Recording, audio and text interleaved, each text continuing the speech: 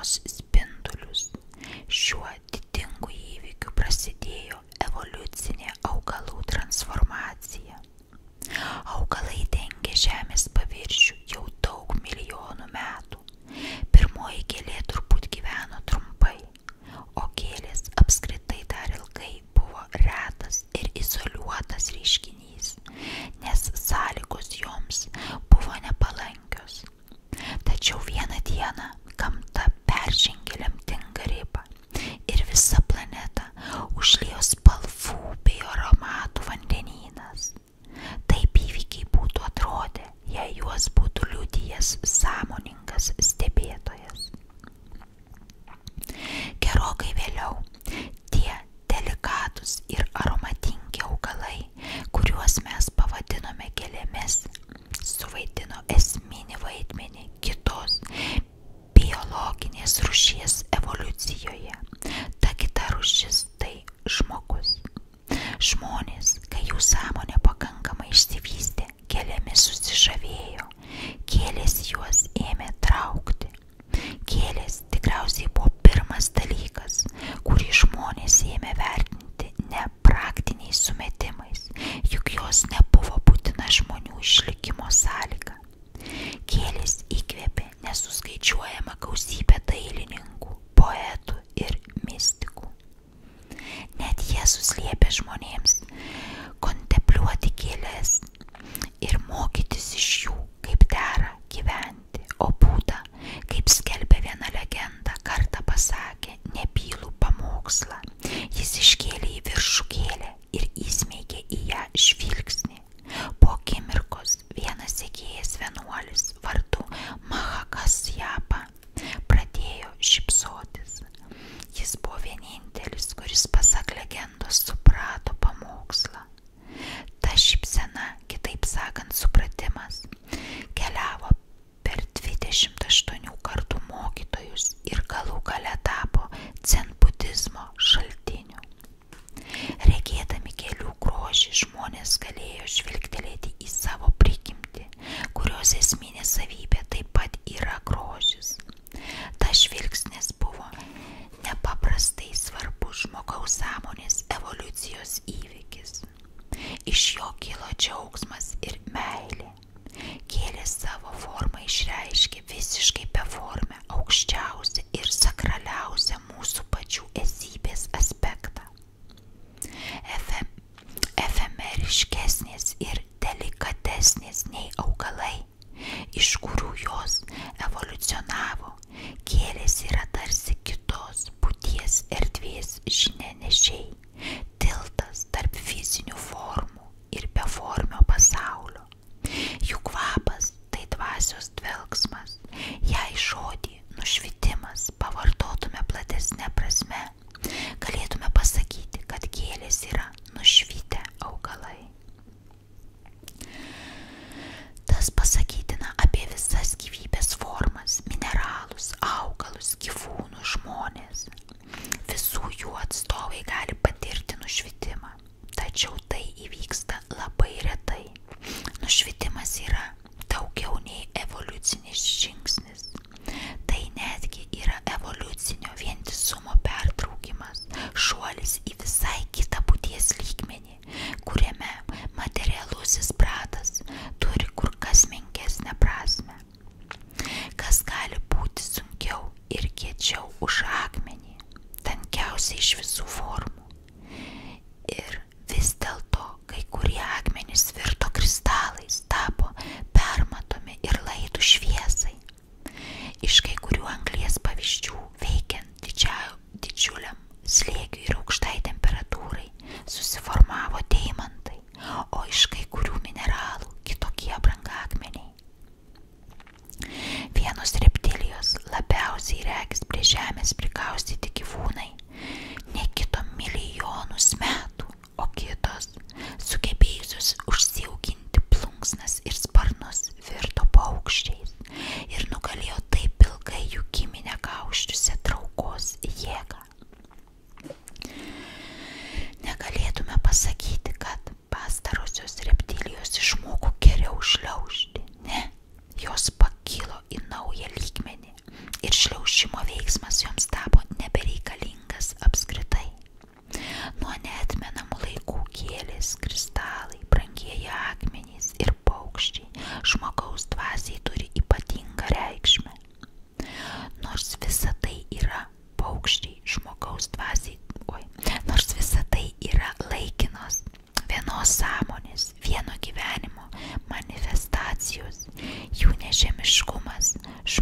žavi ir vilioja. Pajutę savo pačių buvimą, žmonės taip pat pojūčiais užčiuopia dieviškąjį gyvybės pradą, sąmonę, dvasią, kuri yra persmelkusi visas gyvybės formas, atpažįsta ją kaip savo pačių esmę ir ją myli.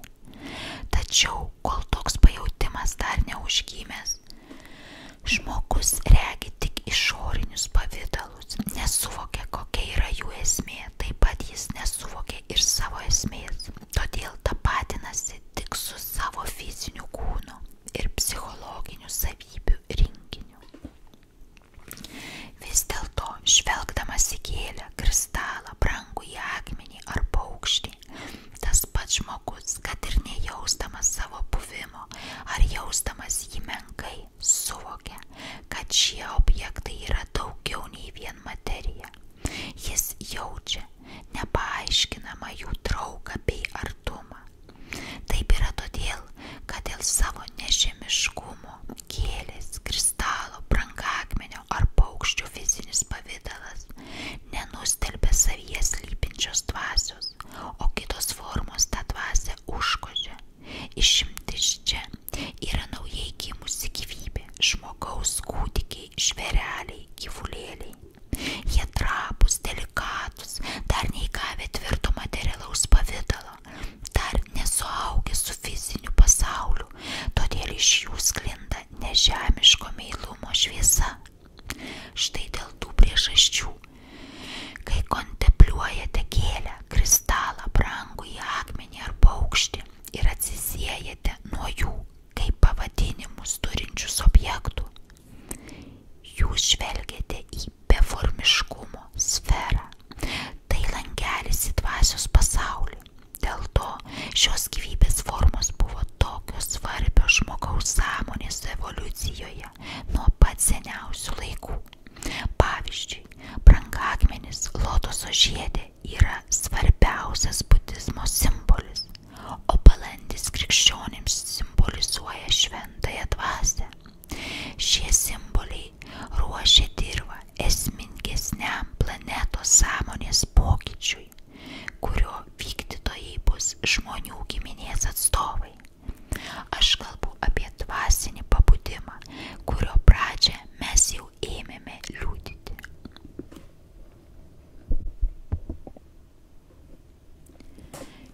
Šios knygos tikslas: ar žmonija pasirengusi sąmonės virsmui, nuostabiam ir giliam vidiniam sužydėjimui, kurį palyginę su gėlių žydėjimu regėtume tik menką ano atspindį? Ar žmonės gebės atsisakyti savo struktūriško mąstymo, atverti sąmonę ir tapti skaidrus it krikštolas ar brangakmeniai? Ar jie galės atsispirti materializmo ir materialumo traukai, nutraukti susitapatinimą su pavidalais, kuris laiko juos įkalinęs jų asmenybių viduje ir kuris yra ego pagrindas? Apie tokį virsmą kalbėjo ir skleidė šią žinią žmonėms didieji žmonijos mokymai, žinianešiai Buda, Jėzus ir kiti mažiau žinomi buvo ankstyvieji žmonijos pabudimo žiedai, retos ir brangios esybės, tačiau anuo metu visuotinis sužydėjimas dar nebuvo įmanomas. Todėl jų žinia buvo nesuprasta ir neretai stipriai iškraipoma. Ji negalėjo permainyti daugumos žmonių elgsenos ir ją priėmė vos vienas kitas. Ar dabar žmonija yra labiau pasirengusi nei ankstyvųjų mokytojų laikais? Kodėl taip turėtų atsitikti? Ką galėtų padaryti kiekvienas iš jūsų siekdamas sužadinti ar pagreitinti šią vidinę permainą? Kokie požymiai apibūdina senąją ego sąmonę ir kaip atpažinti beužgimstančią naująją sąmonę? Tokius ir panašius svarbius klausimus nagrinėsime šioje knygoje. Svarbu tai, kad ji pati yra virsmo įrankis, kuris radosi iš naujosios sąmonės. Knyga nesiekia apkrauti jūsų naują informaciją, įtikinti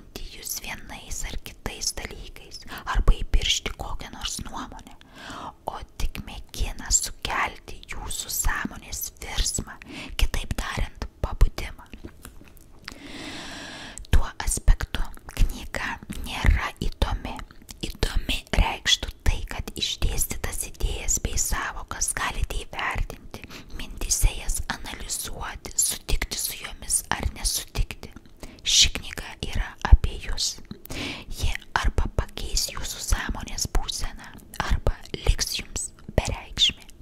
Ji padės pabusti tik tiems, kurie tam pasirengę. Toli gražu ne visi yra tokie, tačiau su kiekvienu pabudusiuoju kolektyvinė sąmonė plečiasi ir palengvina dvasinę kelionę kitiems, dar nepabudusiems. Jei nežinote, ką reiškia pabudimas, skaitykite šiuos puslapius. Tik patys pabudę suvoksite šio žodžio reikšmę. Užtenka minties blykstelėjimo, kad prasidėtų negrįžtamas pabudimo vyksmas. Kai kurie tą blykstelėjimą patirs dabar, paėmė į ranką šią knygą, o kai kurie net nesuvoks, kad planetoje vyksmas jau prasidėjęs. Vieni pajunta pabudimą per praradimą ar kančią, kiti pabendravę su dvasiniu mokytoju ar perskaitę dvasinių mokymų knygą. Viena tokių knygų yra šios akimirkos jėga, o galbūt bus viskas kartu. Jeigu jaučiate, kad pradėjote busti, skaitydami šią knygą, permainas paspartinsite ir įtvirtinsite. Esminė pabudimo sąlyga yra nepabudusio savęs, kalbančio, mąstančio ir veikiančio ego atpažinimas. Taip pat atpažinimas kolektyvinio mąstymo sąlygotų procesų, kurie įtvirtina nepabudimo būseną. Štai kodėl ši knyga nagrinėja pagrindinius ego aspektus ir parodo, kaip jie pasireiškia individualiai ir kolektyviai. Tai yra svarbu dėl dviejų tarpusavyje susijusių priežasčių. Pirmoji yra ta, kad kol nesuprasite, kaip veikia jūsų ego, jūs savęs nepažinsite ir nuolatos klysite, mėgindami su ego susitapatinti. Kitaip tariant, jūs užvaldys jūsų tariamas aš. Antra, atpažinimas yra vienas iš būdų pabusti. Kai suvokėte savo nesąmoningumą, ima rastis sąmoningumas, o tai jau yra pabudimas. Neįmanoma įveikti savo ego ir laimėti, lygiai kaip neįmanoma kovoti su tamsa. Viskas, ko reikia, yra sąmonė šviesa, o ta šviesa esate jūs. Šią